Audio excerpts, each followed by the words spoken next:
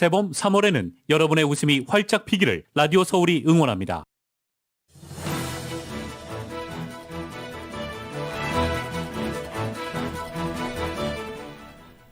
LA 카운티가 저소득 주민들에게 매달 기본 생활비를 무상 지급하는 기본소득 보장 프로그램 신청을 내일부터 시작합니다. LA 한인회는 한인들의 신청을 돕겠습니다. LA시 의회가 실내업소 입장객에 대한 코로나19 백신 접종 증명 제출 의무화 조례를 중단하기로 결정했습니다. 가세티 시장이 서명하면 곧바로 시행에 들어갑니다. LA 시장 선거에 출마하는 부동산 개발업자 리카루소가 한인타운을 찾았습니다. 카루소 후보는 스몰 비즈니스 지원과 노숙자 문제 해결, 그리고 치안 강화에 박차를 가하겠다고 밝혔습니다. 최초의 여성 흑인 대법관인 커탄지 브라운 잭슨 후보 인준에 청신호가 켜졌습니다. 공화당 의원으로는 처음으로 수잔 콜린스 상원 의원이 인준에 찬성표를 던지겠다는 입장을 분명히 했습니다. 조 바이든 대통령이 백신 4차 접종 승인 하루 만에 접종을 했습니다. 코로나19가 더는 주민들의 삶을 통제하지 못하는 순간이 와 있다고 말했습니다. 러시아 국방부는 키이우에 배치된 러시아군을 재편성할 것이라고 밝혔습니다. 그러나 미 국방부는 키이우 주변을 떠난 러시아군은 전체의 20%에도 못 미치는 것으로 파악된다고 밝혔습니다. 안철수 인수위원장이 총리직을 맡지 않겠다고 밝혔습니다. 6월 지방선거에도 출마하지 않고 당의 지지 기반을 넓히는 일을 하겠다고 했습니다. 더불어민주당에 합류한 새로운 물결의 김동연 대표가 경기도지사 출마 결심을 굳힌 가운데 유승민 전 국민의힘 의원과 빅매치가 성사될지 관심입니다. 서울시장을 두고는 민주당 송영길 전 대표가 출마를 고심하고 있습니다. 문재인 대통령은 마지막 재산 공개에서 지난해보다 1억 1천만 원 늘어난 21억 9천만 원을 신고했습니다. 국회의원 평균 재산은 31억 5천만 원으로 나타났습니다. 지난해 4분기 국내 총생산 증가율이 6.9%로 최종 집계됐습니다. 이로써 미 경제는 6개 분기 연속 플러스 성장세를 이어갔습니다. 증시는 러시아와 우크라이나 간의 평화협상에 대한 낙관론이 후퇴하면서 하락했습니다. LA는 오늘 밤 곳에 따라 흐린 날씨 이어지겠습니다. 밤 최저 55도가량 되겠고 내일은 아침에 흐리다가 점차 개겠습니다. 낮 최고 67도로 예상됩니다. 주요 뉴스는 공항에서부터 목적지까지 모바일 체크인과 첨단 공기순환 시스템을 통해 안전한 기내 환경과 여행을 제공하는 아시아나 항공 제공입니다. 여러분 안녕하십니까? 김미회입니다. 안녕하십니까? 임승찬입니다. 3월 30일 수요일 라디오 서울 이브닝 뉴스 1부 시작하겠습니다.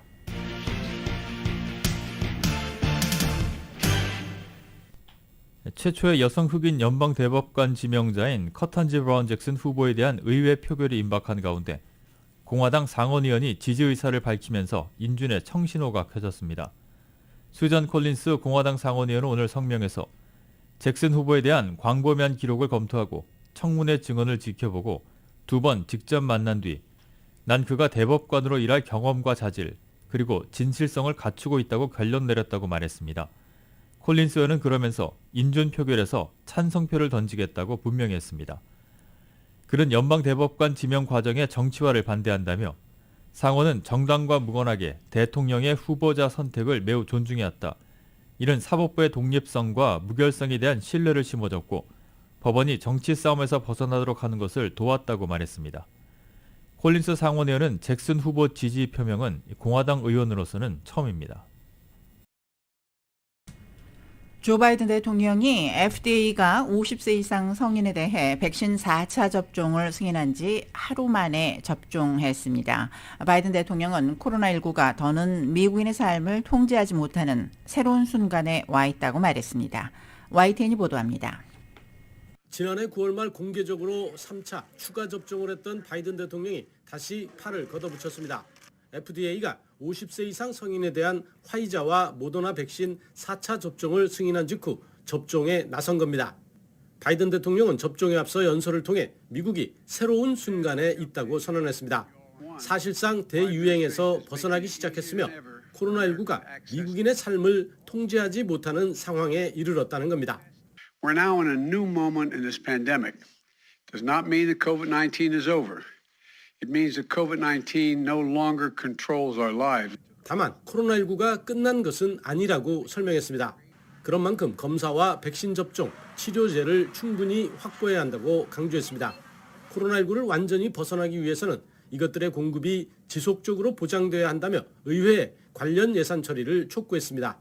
Just as we've reached the critical turning point in this fight, Congress has to provide the funding America needs to continue to fight COVID-19. 바이든 대통령은 또 백신 접종과 검사, 치료, 마스크 등에 대한 국민의 접근을 돕기 위해 통합 웹사이트를 개설했다고 덧붙였습니다. 최근 미국의 확진자는 하루 3만 명 안팎을 유지하면서 각 지방정부는 앞다퉈 관련 규제를 풀고 있습니다. CDC는 특히 크루즈선 여행에 대해 지난해 말 가장 높은 4단계까지 올렸던 위험 경보를 이번에 아예 해제했습니다.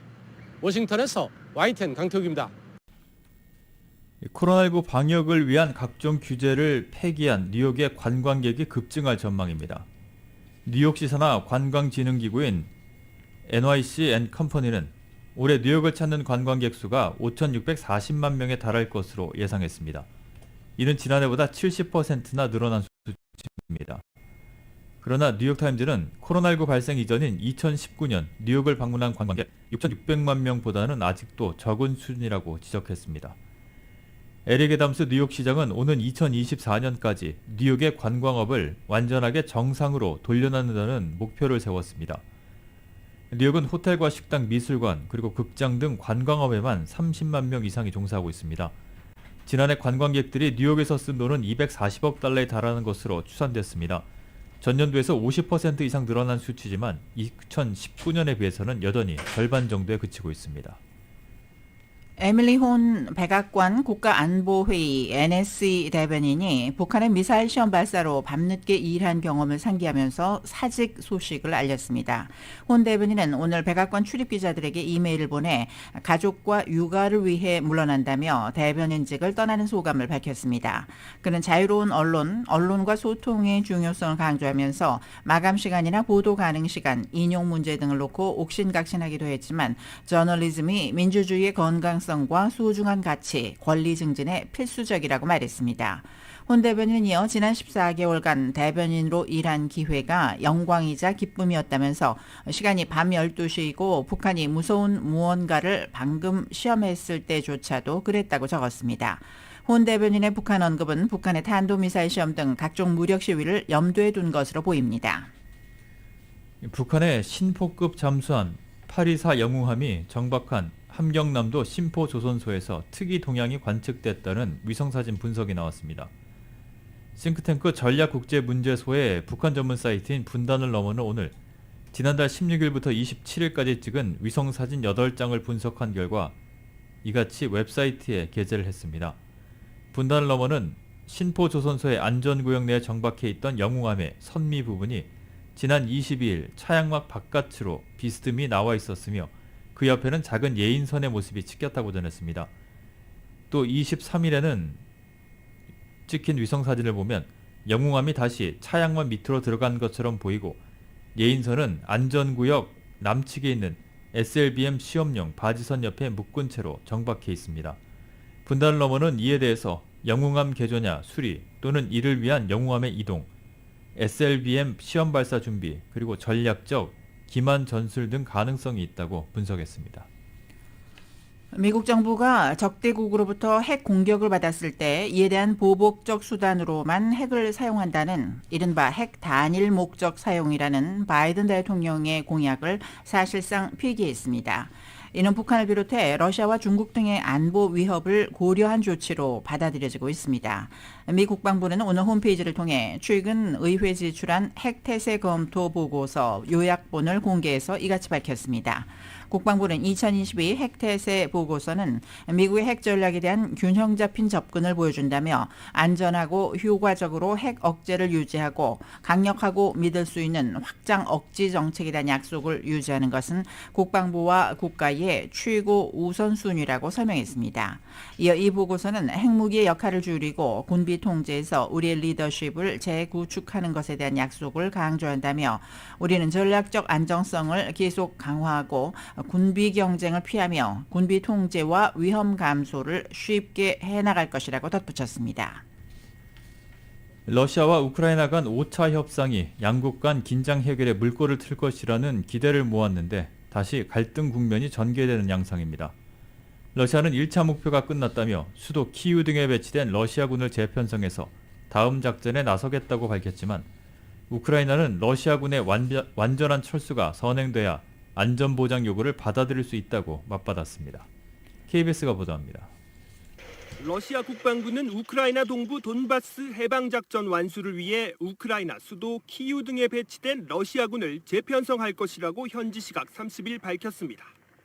이고리 코나센코프 국방부 대변인은 이날 브리핑에서 러시아군이 우크라이나 특별 군사작전에서 키이우와 체르니히우 등에서의 모든 주요 과제를 이행했다면서 이 방면에서 계획된 군대 재편성이 이뤄지고 있다고 말했습니다. Целью перегруппировки российских вооруженных сил является активизация действий на приоритетных направлениях и прежде всего завершение операций по полному освобождению Донбасса. 이어 우크라이나 병력과 장비를 북부 지역에 집중하게 하기 위한 1단계 계획이 달성된 만큼 최종 목표인 동부 돈바스 지역 해방 작전에 본격 나서겠다고도 언급했습니다. 러시아의 이 같은 움직임이 자발적 선택인지 아니면 우크라이나 군의 거센 저항으로 인한 불가피한 선택인지 여부는 불명확하다고 외신들은 전했습니다.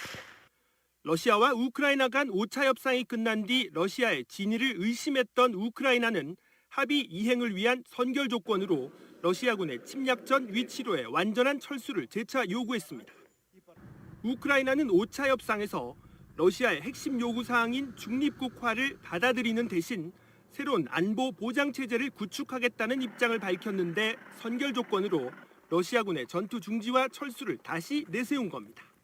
Безумовно, процедура проведення референдумів в Україні чітка і збалансована, і ми вийдемо на процедуру запуску референдуму тільки після того, як російські війська покинуть нашу територію. 양국 대통령 간 회담이 조만간 열리기를 바란다지만 젤렌스키 우크라이나 대통령은 러시아의 평화를 강제하는 유일한 방법은 경제 제재뿐이라며 러시아 선박 입항 금지를 유럽연합에 촉구했습니다. KBS 뉴스 김병용입니다. 우크라이나의 수도 키이우를 포위했던 러시아군의 20%가 다른 곳으로 이동했지만 철수가 아닌 재배치로 보인다는 미국 당국의 평가가 나왔습니다. 존 커비 국방부 대변인은 언론 브리핑에서 러시아군이 지난 24시간 동안 키이우 주변에 배치한 소규모 군대와 기동부대인 대대전술단을 재배치하는 것을 봤다며 이같이 말했습니다.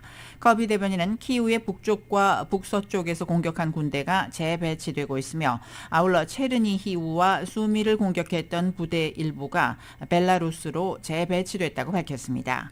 커비 대변인은 이동한 러시아군이 본국으로 돌아가는 것이 아니라 전열을 정비해 다른 곳으로 재배치될 것으로 예상된다고 말했습니다. 조 바이든 대통령과 볼로디미르 젤렌스키 우크라이나 대통령이 통화를 하고 전쟁 상황을 공유하면서 추가 지원책을 논의했습니다. 백악관은 오늘 보도자료를 통해서 바이든 대통령이 군사적, 경제적, 그리고 인도적 지원을 제공하고 우크라이나를 침공한 러시아에 혹독한 대가를 부과하기 위해 동맹과 함께 진행 중인 작업에 관해서 대화를 나눴다고 밝혔습니다.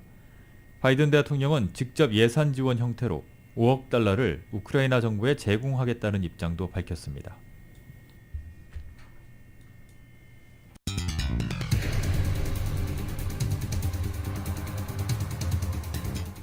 LA와 가든그로브 두 곳에서 모시는 금강안경 검안과 1250만 불 교통사고 최고보상, 교통사고 전문 천재 변호사 리차드 호프만, 주류 언론과 유명 인사들을 감동시킨 미주 판매 1위 카후나 마사지 체어, 한인기업의 자랑 카후나 마사지 체어, 온오프 PRGR, 야마하 폴틴, MU 스포츠, 전미국 독점 총판, 올림픽 골프에서 보내드립니다.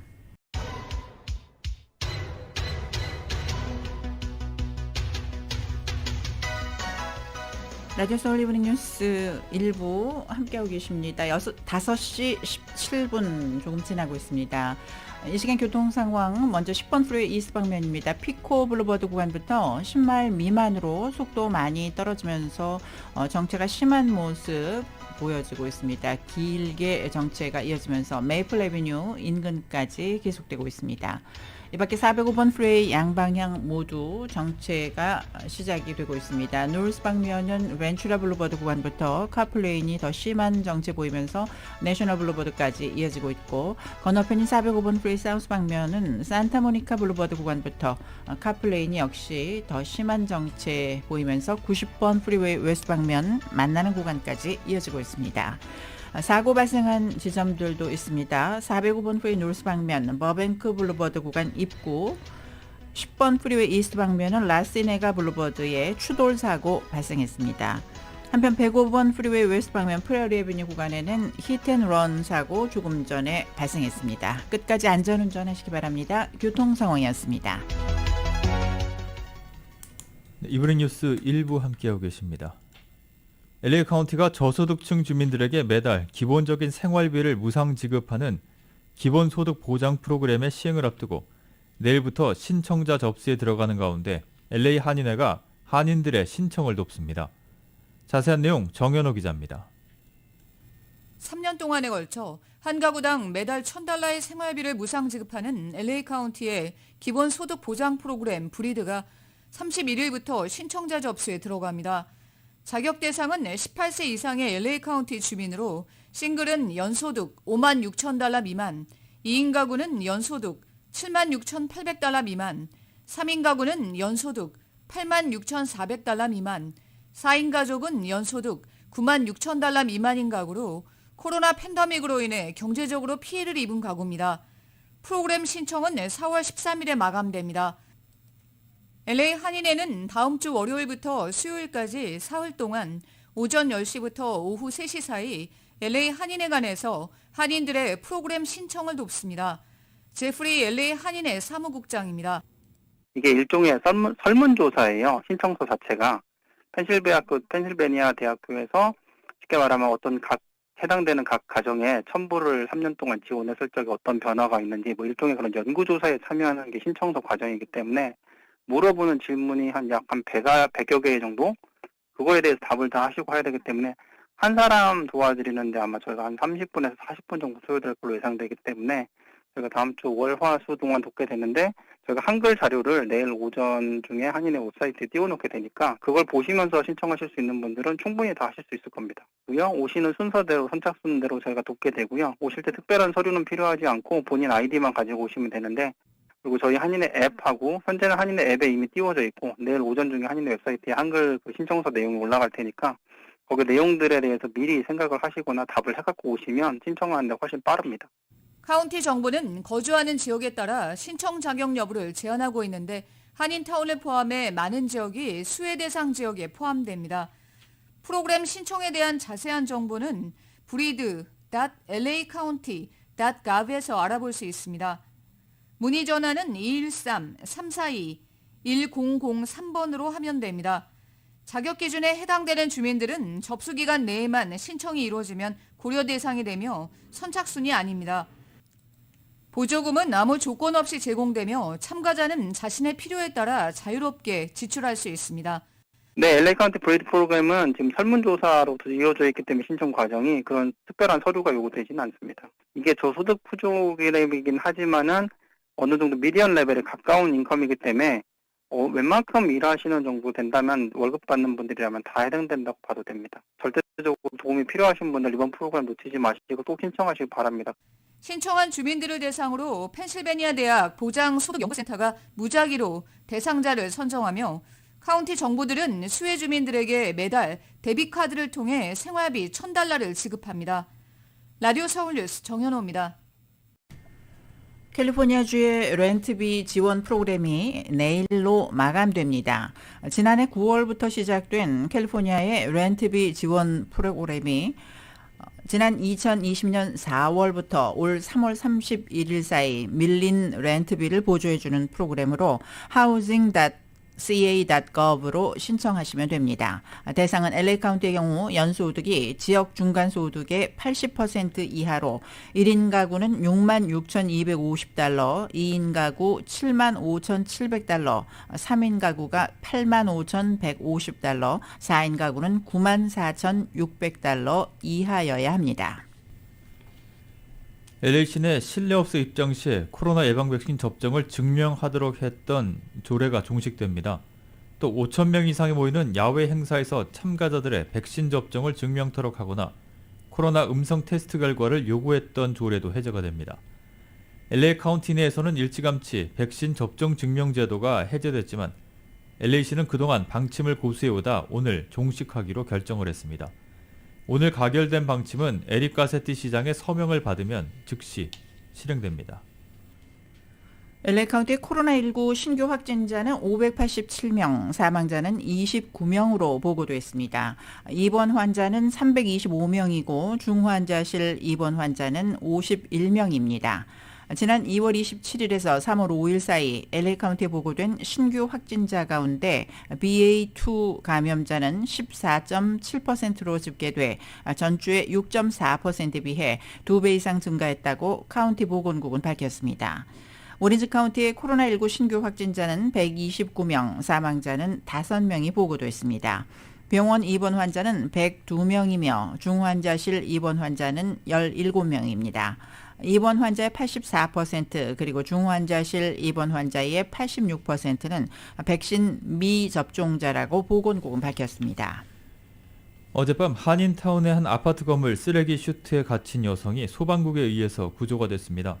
어젯밤 8시 15분쯤 800블락 사우스 호바트 블루버드에 있는 4층짜리 아파트 건물에 여성 한 명이 옥상에서 20피트 아래 떨어져 있는 콘크리트 쓰레기 슈트에 갇혔습니다.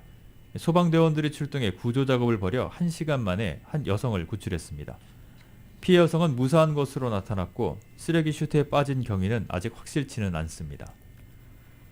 LA 시장 선거에 출마하는 억만장자 개발업자 릭 카루소 후보가 오늘 한인타운을 방문해서 한인들의 지지를 호소했습니다. 카루소 후보는 LA시를 한인들이 안전하게 거주하고 비즈니스하기에 좋은 도시로 만들겠다는 공약을 밝혔습니다. 이은 기자가 전해드립니다. LA 시장에 출마하는 억만장자 개발업자 릭 카루소 후보가 30일 LA 한인회를 방문해 출마의 변을 밝혔습니다. 릭 카루소 후보는 시장이 되면 LA 시내의 불안한 치안, 경제적으로 어려운 스몰 비즈니스들 지원, 그리고 심각한 노숙자 문제를 해결하기 위해 주력하겠다고 밝혔습니다. LA 경찰위원회에서 커미셔너직을 역임하고 부동산 회사를 운영한 경험을 들어 자신은 비즈니스 운영은 물론 정부에서도 경험이 풍부한 리더임을 강조했습니다. 카루소 후보는 시내 불안한 치안을 위해 경찰 인력들을 증원하는 한편 경찰국에 투입되는 예산도 대폭 늘리겠다며 구멍이 뚫린 시내 치안 강화를 우선순위로 꼽았습니다. We have crime that is spiking out of control, yet there's 500 less officers on the street. So I'm taking the authorized number that's budgeted and adding 1,500 to it. 최근 남가주 일대의 상점들을 겨냥해 스매시 앤 그랩 스타일의 강도 행각을 벌이는 범죄자들에 대해서는 한치의 관용도 보이지 않겠다는 강경한 입장을 전했습니다. 특히 한인들이 많이 종사하는 스몰 비즈니스의 경우 가족들의 생계가 비즈니스에 걸려 있는데 비즈니스에 피해를 입히는 강절도 사건을 근절시키겠다는 의지를 전했습니다. People are working hard every day to pay their rent, put food on the table, pay for their children's education, their health care, open their doors. When there's a smash and grab for a small business, who do they turn to for help? 또 노숙자 문제를 해결하기 위해 시장에 당선된다면 취임 첫날부터 비상사태를 선언해 3만 명의 노숙자들이 추가로 거주할 수 있는 쉘터를 마련할 것이라고 전했습니다. 건설에 관한 규제도 완화해 노숙자를 위한 저렴한 아파트를 증축해 이들의 정착을 돕겠다는 구상입니다. My plan is pretty comprehensive, but it's also simple. I believe in practical solutions for complicated problems. It starts day one, declaring a state of emergency. LA 시내에 4만 4천 명의 노숙자들이 있는 상황만으로 현재 시가 비상사태에 직면한 것이라며 종합적인 해결책이 절실하다고 밝혔습니다. 릭 카루소 후보는 USC에서 학사, 페퍼다임 법대에서 박사학위 수료 후 1987년 부동산 개발업에 뛰어들어 시내 랜드마크인 더 그로브와 글렌데이 아메리카나 등 남가주 곳곳에 호화 건물을 올린 억만장자 부동산 개발업자로 유권자들의 관심을 모으고 있습니다. LA 시장 선거의 예선은 올해 6월 7일에 진행됩니다. 라디오 서울 뉴스 이은희입니다. 개솔린 평균 가격이 1센트 이상 하락했습니다. AAA는 LA 카운티 개솔린 평균 가격이 어제보다 1.2센트 떨어진 갤런당 $6 5.7센트라고 밝혔습니다. 오렌지 카운티 가솔린 평균 가격은 어제보다 1.7센트 하락한 갤런당 6달러 1.2센트를 기록 중입니다. 한국 법무부가 무사증 입국, 외국인 대상 전자여행 허가 제도를 확대합니다. 한국 정부는 지난해 9월부터 50개 국가에 대해 시행해온 무사증 입국, 외국인 대상 전자여행 허가 제도를 오는 4월 1일부터 캐나다 등 46개국을 추가해 96개 국가로 확대 시행할 예정입니다. 법무부는 4월 1일부터 대한민국 전자여행 허가 신청 대상 국가 국민은 사전에 KETA 홈페이지를 통해 신청하고 신청 건수가 늘어나 심사가 지연될 것으로 예상됨에 따라 항공기 탑승 72시간 전까지 신청해달라고 당부했습니다. KETA 허가를 받은 후 여권 재발급, 인적 사항이 변경된 경우에는 기존의 허가 유효기간에 관계없이 다시 신청해서 허가를 받아야 합니다. 이브닝 뉴스 1부 함께하고 계십니다. LA와 가든그로브 두 곳에서 모시는 금강안경 검안과 1250만 불 교통사고 최고보상 교통사고 전문 천재 변호사 리처드 호프만 제공입니다. 잠시 후에는 한국 소식 간추려드립니다.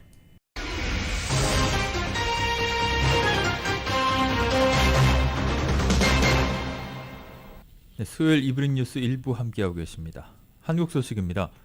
국무총리 후보 1순위로 꾸준히 거론되어온 안철수 인수위원장이 총리직을 맡지 않겠다고 밝혔습니다.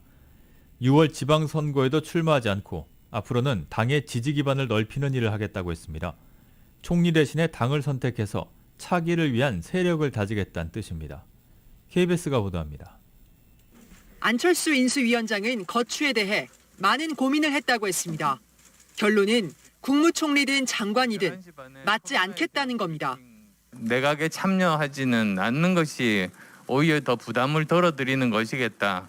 그것이 당선인의 생각하시는 그런 전체적인 국정 운영 방향을 잡는 데 더 도움이 되겠다는. 윤석열 당선인이 뜻을 펼칠 공간을 열어드리는 게 좋겠다고 생각했다고 안 위원장은 설명했습니다. 윤 당선인에게 자신의 뜻을 먼저 전했다고 소개했습니다. 결정을 이해한다는 윤 당선인에게 안 위원장은 당선인이 뜻을 펼칠 수 있는 좋은 분을 찾으라고 전했다고 합니다. 안 위원장은 6월 지방선거에도 출마하지 않겠다고 했습니다. 대신 인수위원장 임무가 끝나면 당으로 돌아가 역할을 하겠다고 강조했습니다. 당의 지지 기반을 넓히는 그런 일들, 정권이 안정될 수 있는 그런 일들에 제가 공헌을 할 수 있는 바가 통합될 정당에서 차기 대선을 위해 세력을 만드는 게 중요하다고 판단한 것으로 보입니다. 1년 뒤 당 대표에 도전하겠냐는 질문에는 그때 가서 판단하겠다고 답했습니다. 안철수 위원장은 후보 단일화 때 약속했던 공동정부 구성을 위해서 장관 후보를 열심히 추천하겠다고 밝혔습니다. KBS 뉴스 이화진입니다. 공동정부의 한 축이었던 안철수 위원장이 스스로 후보군에서 빠지면서 총리 인선은 속도를 내고 있습니다. 윤 당선인은 특히 경제 방점을 두고 총리 후보군을 구상 중인 것으로 보이는데 이르면 이번 주말 총리 지명자를 발표할 것으로 보입니다. KBS가 전합니다. 안 위원장 스스로 당선인에게 부담이란 표현을 쓸 만큼 안철수 카드는 총리 인선의 최대 변수였습니다. 이 변수가 사라지면서 윤 당선인 측은 인선 작업에 본격 속도를 내고 있습니다. 안철수 위원장 뜻이 전해졌고 본격적인 총리 인선과 속도도 지금부터라고 말씀드릴 수 있겠습니다. 총리 인선의 방점은 민생에 찍혀 있습니다. 윤 당선인 측은 당선인이 강조하는 민생의 두 축이 경제와 안보라고 설명했습니다. 그래서 총리는 관련 부처를 잘 조율하고 경제 원팀, 안보 원팀을 이끌 수 있는 리더십을 갖춰야 한다는 게 당선인 생각이란 겁니다. 이런 인선 기조 속에 통상 전문가인 한덕수 전 총리와 박용만 전 대한상의회장, 최준경 전 지식경제부 장관 등이 우선 거론됩니다.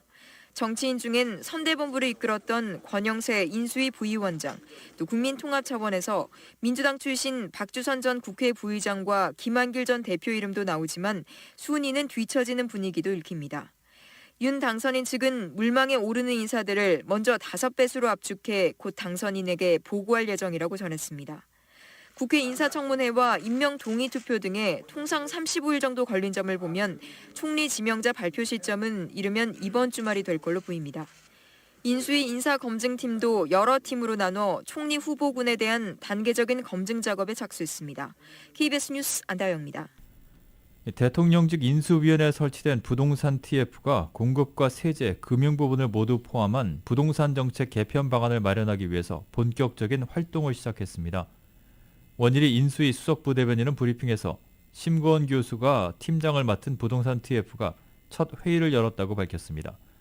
첫 회의에서는 TF는 민간 주도의 충분한 공급과 시장 기능 회복을 위해 시장 안정과 국민 주거 상향을 도모하고 동시에 취약계층에 대한 주거 안전망을 구축해야 한다는 공감대를 형성했습니다.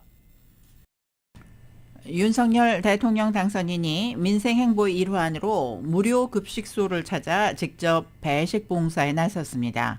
종교계를 만나 사회적 약자에 대한 관심을 강조하면서 국민 통합 행보에도 시동을 걸었습니다. YTN의 보도입니다. 윤석열 당선인이 천주교 서울대교구장인 정순택 대주교를 한 달여 만에 다시 예방했습니다. 선거가 끝나면 다시와 봉사도 하겠다던 대선 후보 시절 약속을 지키기 위해서입니다. 취임하고 오는 게 더 좋겠다 생각을 했더니 약속한 거니까 빨리 가시라고 해서 앞으로 또 많은 지혜와 이 도움을 좀 대주교님께서 좀 주십시오. 소외된 약자들을 챙겨 흩어진 국민의 마음을 하나로 모아달라는 정 대주교의 당부에 코로나가 이렇게 2년 이상 지속되면서 우리 국민들이 모두 어려우시지만 특히 가난하고 소외된 그러한 사회적인 약자들을 잘 챙겨주시는 윤 당선인은 고개를 끄덕이며 어려운 일이 생길 때 가장 큰 피해를 보는 것도 바로 어려운 분들이라고 강조했습니다. 이어 윤 당선인이 향한 곳은 성당이 운영하는 무료 급식소였습니다. 공직에 있을 때도 1년에 한 번씩은 봉사활동을 했다며 오늘 땐 윤 당선인은 직접 앞치마를 두르고 배식 봉사에 나섰습니다. 두 번에 나눠줘야지. 민생행보에 박차를 가하는 동시에 종교계와의 만남을 통해 국민통합 행보에 시동을 건 건데 마르크 류터 네덜란드 총리와 통화하며 전화외교 역시 이어갔습니다. 윤 당선인은 다음 주 호남과 영남 등을 아우르는 지역 순회에 나서면서 민생행보에 더욱 속도를 낸다는 계획입니다. YTN 송재인입니다. 더불어민주당에 새로 합류한 새로운 물결 김동연 대표가 경기도지사 출마 결심을 굳힌 가운데 막판 고심에 들어간 유승민 전 국민의힘 의원과의 빅매치 성사가 관심입니다. 최대 격전지 서울시장을 두고는 민주당 송영길 전 대표가 출마를 고심하고 있는데 당내에선 이런저런 잡음도 나옵니다. YTN이 보도합니다. 더불어민주당 윤호중 비상대책위원장을 만나 합당을 포함한 정치 현안을 논의한 새로운 물결 김동연 대표. 6일 지방선거 출마 지역이 정리됐는지가 최대 관심이었는데 결국 경기도지사 출마를 굳히고 오늘 기자회견을 통해 입장을 밝히기로 했습니다. 저희 당원과 당에서 출마를 강력히 요청했고 또 저도 출마하는 것이 당연하다고 생각을 해서 출마는 결심을 했고요. 자세한 내용은 내일 오전에 발표를 할 예정입니다. 민주당과의 합당을 선언하며 지방선거에 출마할 경우 조건을 따지지 않고 당내 경선에 대처하겠다고 한 만큼 앞서 출마 의지를 밝힌 오선의 안민석, 조정식 의원, 염태영 전 수원시장 등과 당내 경쟁을 치를 전망입니다. 상대 진영인 국민의힘에서는 유승민 전 의원이 결단을 앞두고 있습니다. 대선 경선 패배 이후 정계 은퇴를 고민해온 유 전 의원은 최근 당 안팎에서 경기지사 출마 요구가 이어지자 은퇴냐 출마냐를 두고 고심하고 있습니다.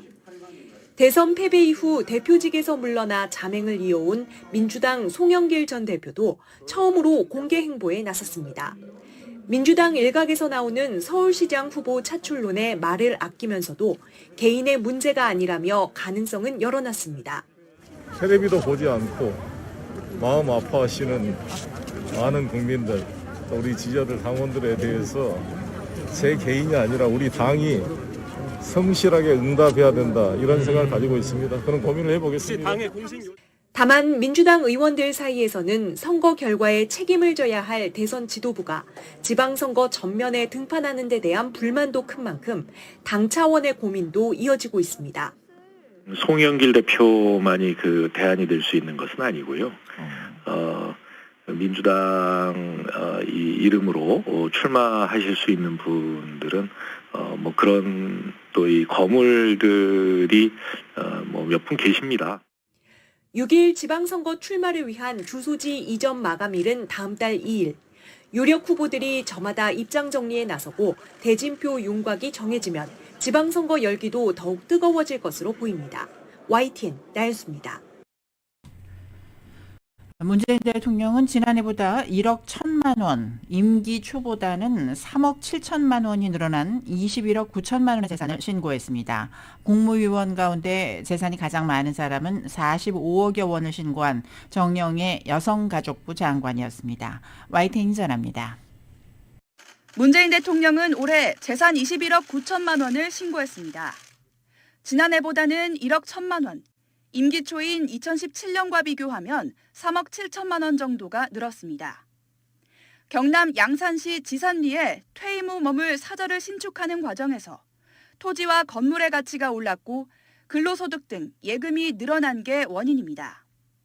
김정숙 여사의 개인 채무 11억 원도 신고 내역에 포함됐는데 사저 신축에 필요한 돈을 빌렸다가 재산 신고 기간 이후 매곡동 집이 팔리면서 현재는 모두 상환했다는 게 청와대 설명입니다. 참모진 가운데서는 남영숙 경제보좌관이 가장 많은 75억 원을 신고했습니다. 지난해보다 45억여 원이 증가했는데 이사 과정에서 일시적 2주택이었던 점과 20억 원대 부모 재산이 올해 처음 신고됐기 때문으로 나타났습니다.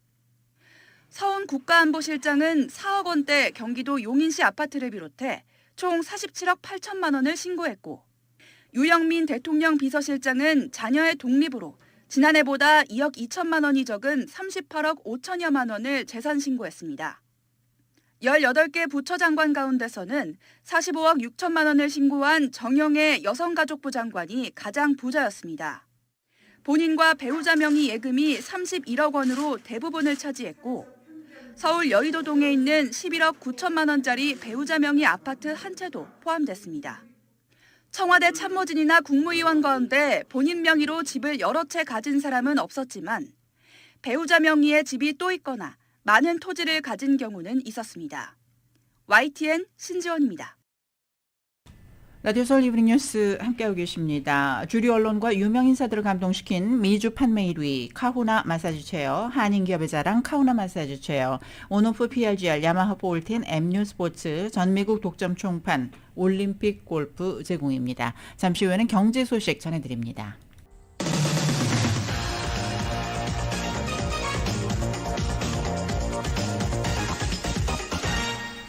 네, 이브닝 뉴스 1부 함께하고 계십니다. 오늘 뉴욕 증시는 러시아와 우크라이나 간의 평화협상에 대한 낙관론이 후퇴하면서 하락했습니다.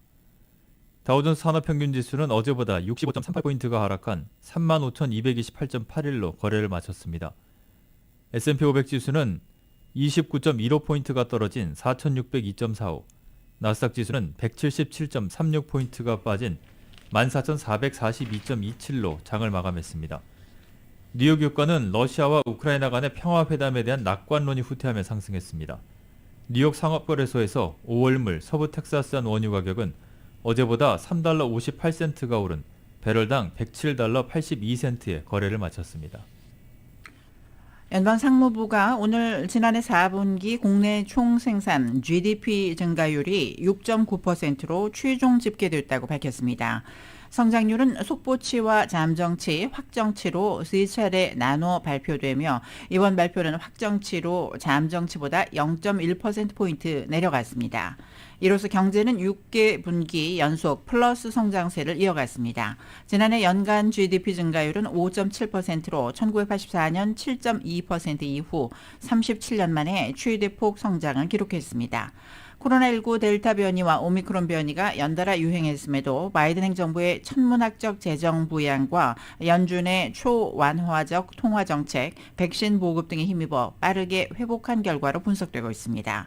하지만 올 들어서는 높은 물가 상승률이 미국인들의 소비 지출을 억누르는 데다 러시아의 우크라이나 침공에 따른 경제 충격파가 커 성장률이 눈에 띄게 둔화할 것으로 전망되고 있습니다. 지난해 말에 미국이 보인 강한 경제 성장세가 계속해서 이어지기는 어렵다는 분석이 나왔습니다. 연구기관인 옥스퍼드 이코노믹스는 오늘 발표된 4분기 국내 총생산 결과에 대해 이 같은 평가를 발표했습니다.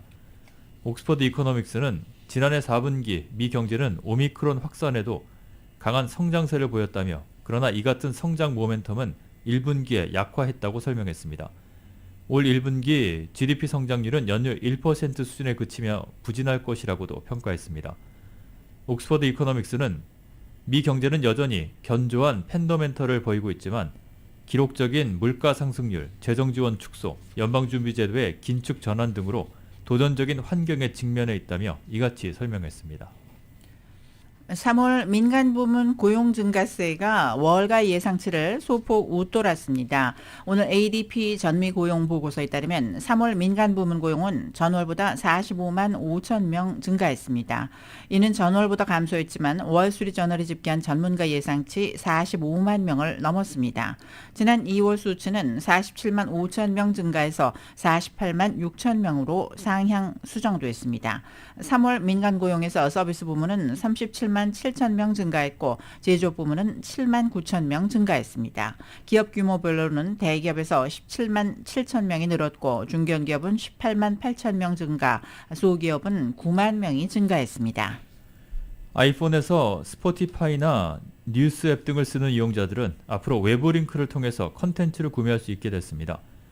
애플은 오늘 이런 리더 앱에 대해 이용자들이 앱에서 제공된 외부 링크를 통해서 가입하거나 계정을 관리하도록 허용한다고 밝혔습니다. 리더 앱은 음악과 동영상 같은 컨텐츠를 제공하는 스포티파이나 넷플릭스, 신문과 방송, 잡지, 그리고 도서 등의 컨텐츠에 접근할 수 있는 앱을 가리킵니다. 오늘 조치는 이 같은 리더 앱에 대해서는 앱스토어의 결제 시스템을 우회해서 해당 앱이나 외부 사이트를 통해 가입하거나 컨텐츠를 구매할 수 있도록 한 것입니다. 뉴욕 월가에서 문제기업에 대한 적극적인 공매도 공격으로 유명해진 헤지펀드 업계의 거물 빌 에크먼이 공매도를 중단하겠다고 밝혔습니다.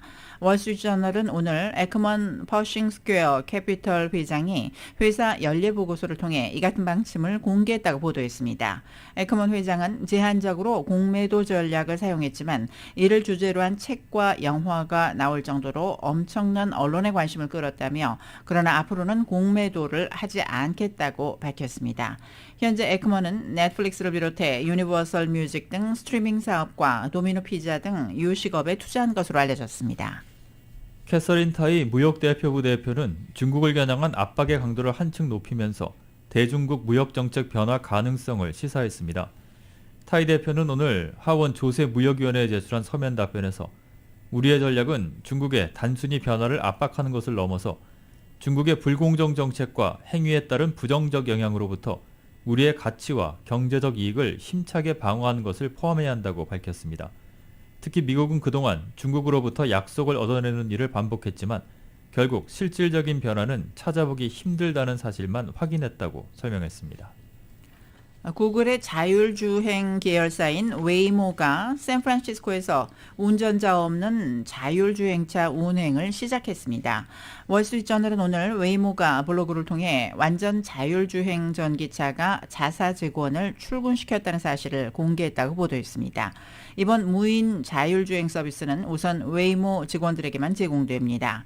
웨이모는 샌프란시스코의 웨이모 직원들은 이제 그동안 우리가 애리조나에서 서비스를 제공해온 수천 명의 웨이모 원 승객에 합류하게 됐다며 완전 자율주행 기술이 그들 일상의 일부가 될 것이라고 밝혔습니다.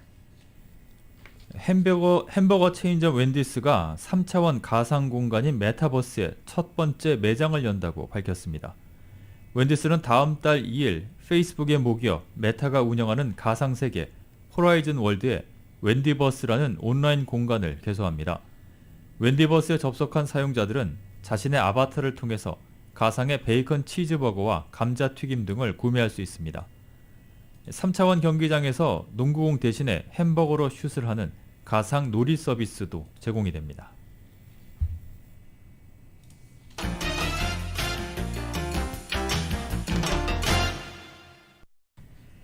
9주 연속 세계 랭킹 1위를 지키고 있는 고진영이 내일 밤 개막하는 시즌 첫 메이저 대회에서 자신의 올 시즌 두 번째 우승에 도전합니다. 우승자가 연못에 뛰어드는 퍼포먼스로 유명한 이 대회는 내년부터는 다른 장소에서 열려 올해가 마지막 연못의 여인을 가리는 해가 되었습니다. YTN이 보도합니다. 2004년 박지훈을 시작으로 모두 6명의 한국 선수가 우승의 기쁨과 함께 뛰어들었던 호피의 연못. 오는 일요일이면 2022년의 주인공이 가려지겠지만 대회 장소가 바뀌면서 내년부터는 더 이상 볼 수 없는 역사로 남게 됐습니다. 2019년 대회 우승자인 고진영은 마지막 장면을 볼 수 있는 올해도 우승 후보 1순위로 꼽힙니다. It was first time jumping in the swimming pool in my life. So I scared a little bit but I had to jumping. I can do it. Okay. 34라운드 연속 언더파 행진을 이어가면서 9주째 세계 랭킹 1위를 지키고 있는 고진영은 올 시즌 평균 타수와 그린 적중률도 1위를 달리고 있습니다. 누구보다 드라이버 샷을 똑바로 보내는 고진영에겐 페어웨이가 좁은 이 코스가 상대적으로 유리합니다. 다만 지난주 흔들렸던 짧은 거리에서의 아이언샷 정확도를 끌어올리는 데 중점을 두고 있습니다. Under 100 meters wasn't good in last week. So I had a lot of wedge game yesterday on the range. I hope better to play under 100 meters in this week. 박인비와 이미림도 두 번째 연못 입수를 노리는 가운데 지난주 생애 첫 우승 기회를 놓친 안나린과 최혜진은 첫 우승을 메이저 대회에서 달성한다는 각오입니다. 그러나 지난해 이 대회 우승자 타바타나키과 지난주 깜짝 우승으로 유력한 신인왕 후보로 떠오른 티티쿤 등 빠르게 성장하는 신예 태국 선수들의 우승권 경쟁도 만만치 않을 전망입니다. YTN 김사익입니다.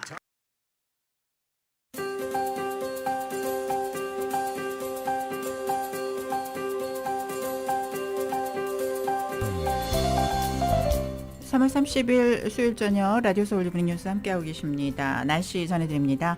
맥도날드에서 소시지나 치킨 맥그리들로 아침을 열어보세요. 맥도날드 제공입니다.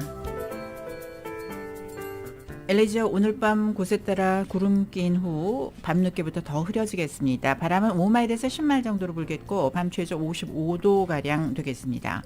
내일은 오전에 흐리다가 오후부터 점차 개겠고 낮 최고 기온 오늘과 비슷해서 67도가량, 밤 최저 55도를 보이겠습니다.